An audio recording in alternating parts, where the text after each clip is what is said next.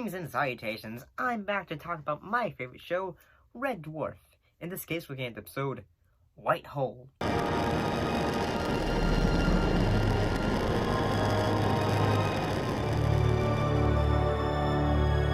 This episode features the crew's attempt to escape the influence of a white hole, and as well as having a more like a very high intelligent Holly. And I gotta say, I didn't realize how funny this episode would be, and in fact, thanks to the character of Taki the Toaster. Anyone like any toast? Look, I don't want any toast, and he doesn't want any toast. In fact, no one around here wants any toast. Not now, not ever. No toast. How about a muffin? Or muffins. We don't like muffins round here. We want no muffins, no toast, no tea cakes, no buns, baps, baguettes or bagels, no croissants, no crumpets, no pancakes, no potato cakes, and no hot cross buns, and definitely no Smeggan flapjacks. And, I can remember, like, in the very first pilot episode, there was an episode that dealt with, I think it was the first episode, that had a toaster that said, do you want toast, or something like that. But, moving beyond that, basically in this episode, and in a way what happens is,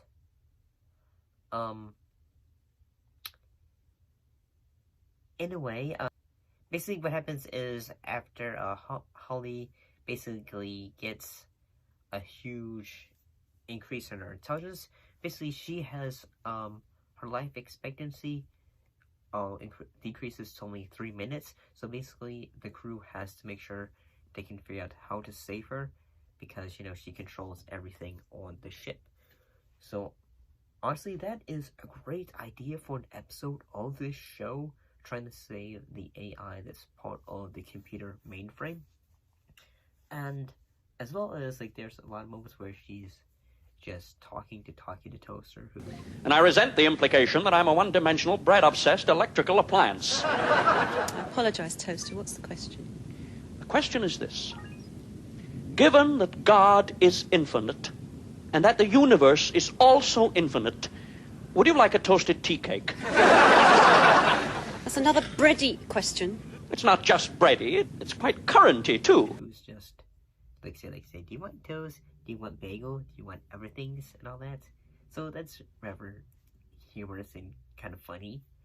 Or, like, say there's, like, a moment where Crichton and, I believe, Rimmer basically go, like, backwards and forwards and everywhere else at once. And apparently one thing that happened in this episode, Ed Bye, who usually directs episode, he was not unable to do this because he was a little bit sick, and the director, like producer Paul Jackson, basically stepped in to take over. But Danny John Jules, who plays Cat, he was late for it because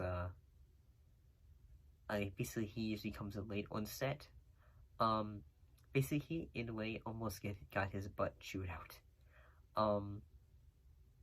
But honestly, I have to say, basically he ended up causing the show to run a little bit late.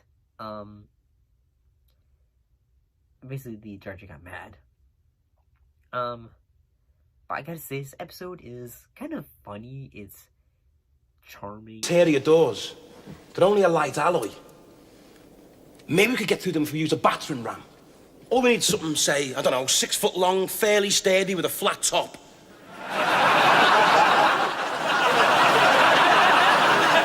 53 doors? You can't be serious.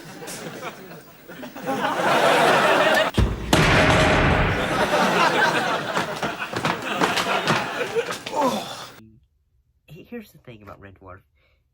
If you don't really like goofiness and just silliness, you're not really gonna get this show.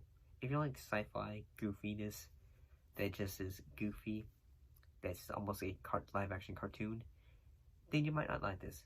But I love Red Dwarf. I honestly do. It's a charming show with charming actors. Well, you know, charming characters, I guess say. But I love the show. What are your thoughts on this episode?